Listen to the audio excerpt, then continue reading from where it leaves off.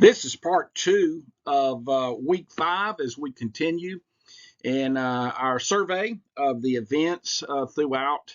Last week, of course, we concluded the book of Genesis, and this part two, we're going to continue in an overview of the events throughout the balance of what is known as the Pentateuch. In other words, Exodus through Deuteronomy.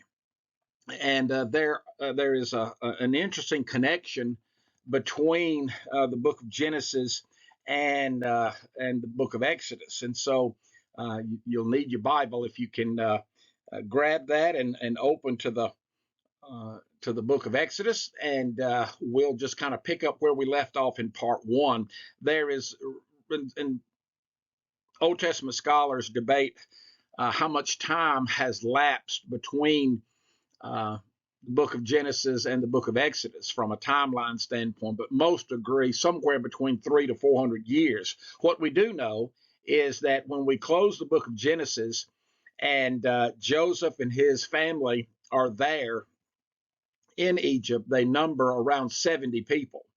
The book of Exodus tells us this, but then by the time they are ready to leave Egypt, they'll number anywhere from 2 to 2.5 million. One of the things to note in the book of Genesis, of course, and we see this in the book of Exodus, is how many times the phrase the sons of Israel. In Exodus, it's used 125 times, whereas in the book of Genesis, it was only used about 12 times. And so that's quite an increase in that regard. We see in the book of Exodus the fulfillment of the covenant made to Abraham back in the book of Genesis. In the book of Exodus, there are three major characters who are going to dominate the narrative here. God, of course, is the main character. Moses is another main character, and Moses will play the role of God's ambassador and representative to the third character, who, of course, would be Pharaoh. And it's a tremendous narrative here. And again, these audio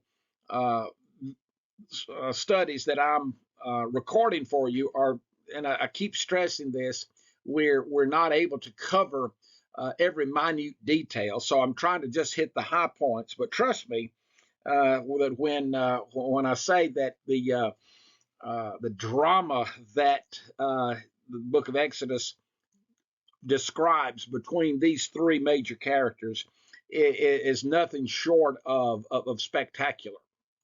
And Pharaoh, of course, will be the representative of anything that is opposed to God, whereas Moses would be just the opposite.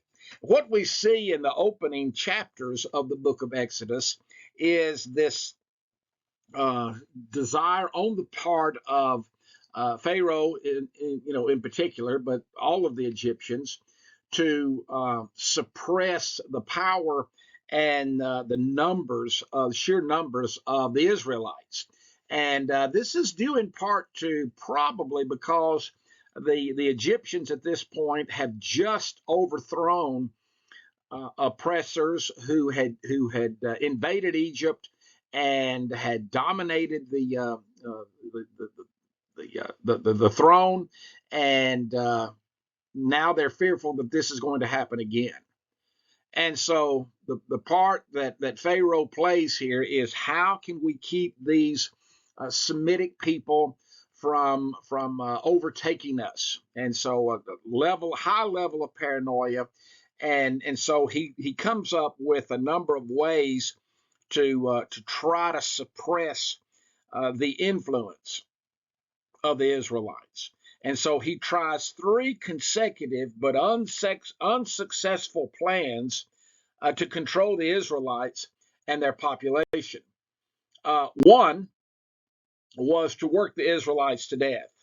The irony here is that Pharaoh uses them to build storehouses for him, Of course, this is what Joseph had done back in Genesis 41. But this doesn't slow the population growth down at all. Pharaoh doesn't withdraw this plan, but he just adds to it. The second approach was to order the midwives to kill all newborn Israelite boys at birth. This doesn't work either because the midwives refused to carry out the order, and they cleverly deceive Pharaoh. And in return, God blesses the midwives for their defiance of Pharaoh and their care for the Israelite babies. But then finally, the third plan was to throw all newborn Israelite boys into the Nile River. So, you go back and look at these. Plan A, oppressive slavery, well, that was bad enough. But B and C, these were just the murder of newborn babies. And remember, back to our discussion on the covenant, God told Abraham, I will bless those who bless you, and whoever curses you, I will curse.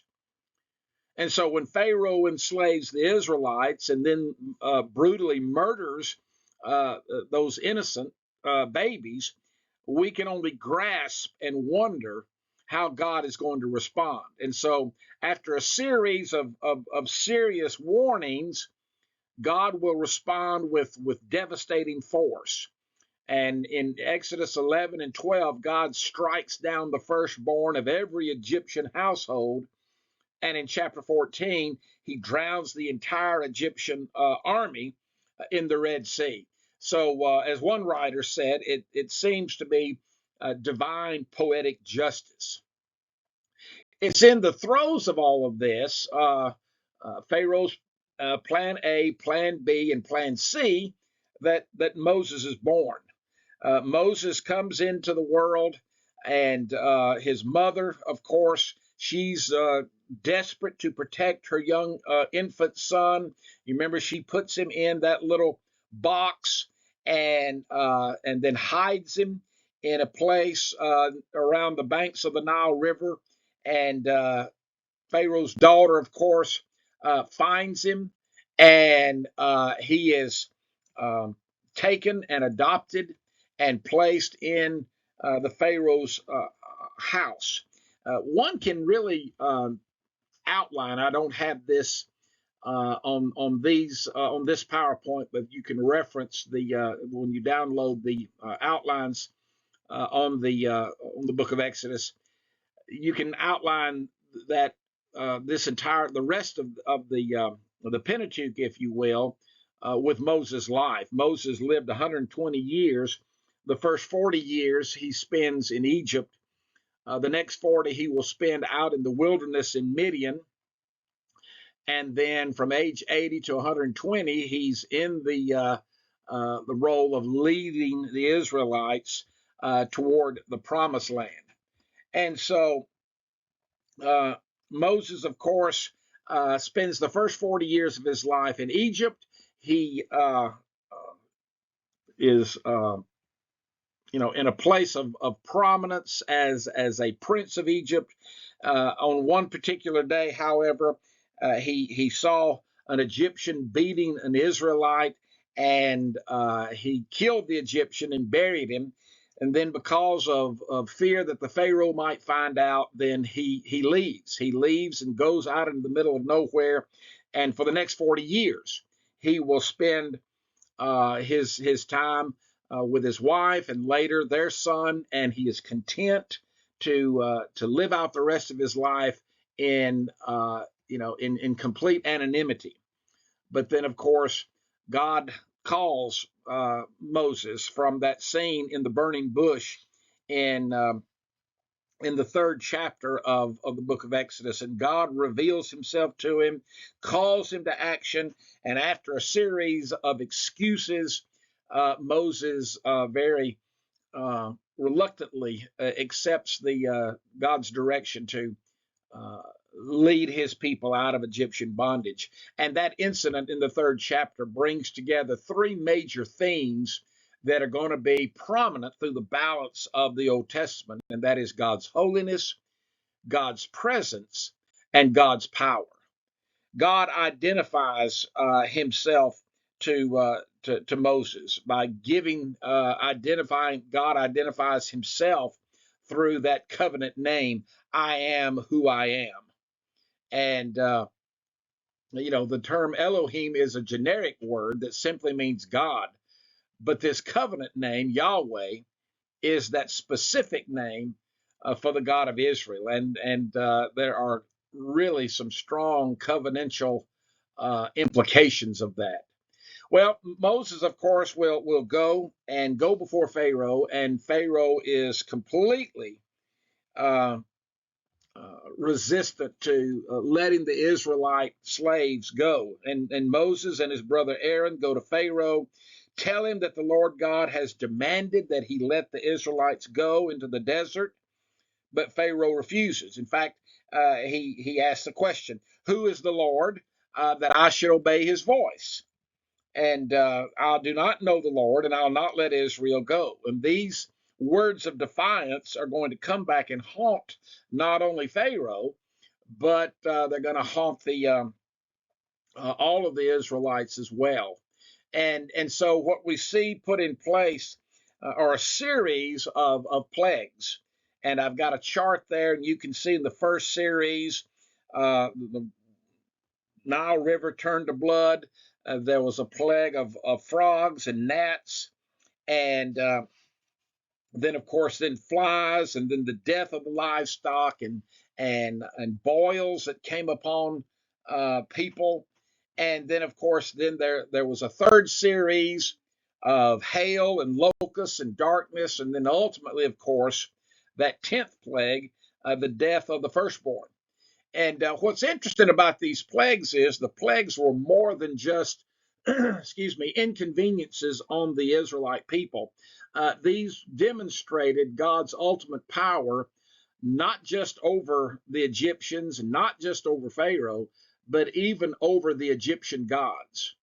And this was where justice was served for the murder of those little Israelite babies. And kind of goes back to our discussion from a couple of weeks ago about the value that one places on human life. Well, God delivers the Israelites, and the Egyptians are conquered. And after that 10th plague, of course, Pharaoh relinquishes and tells Moses that all of the Israelites can leave. And so they pack up, and the 12 tribes are now making their way out of Egypt. And Pharaoh changes his mind again, pursues them as far as the Red Sea, only to see them completely destroyed in the Red Sea. And this series of events in the first 15 chapters of the book of Exodus serve as a parallel, or a paradigm, or even, as the slide says, a prototypical picture of salvation in the Old Testament.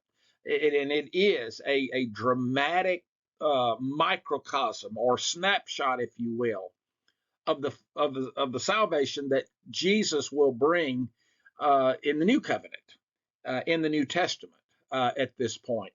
And so now, through this series of unbelievable events, God has, through the direction of Moses, has brought his people two to 2.5 million strong. After 400 years of bondage, he's now brought them out of Egypt, and now they are on the threshold of going to the promised land. In fact, if you look on a map, had they taken the direct route from Egypt straight into Palestine or Canaan, they probably could have covered that in about 3 months. But instead of taking the direct route, God turns and has Moses take the people as far south on the Sinai Peninsula, and there they're going to set up camp, and they'll be there for the course of a year, the better part of a year, and it's there that God is going to formulate them into a nation. because he's going to instill in them three things. He's going to instill into them law, spirituality, and a sense of community. Those three things are going to be instilled into this nation, and the balance of the book of Exodus and the entire book of Leviticus are going to be what that section is all about. But this will conclude part two, and we'll continue this in the next section of part three.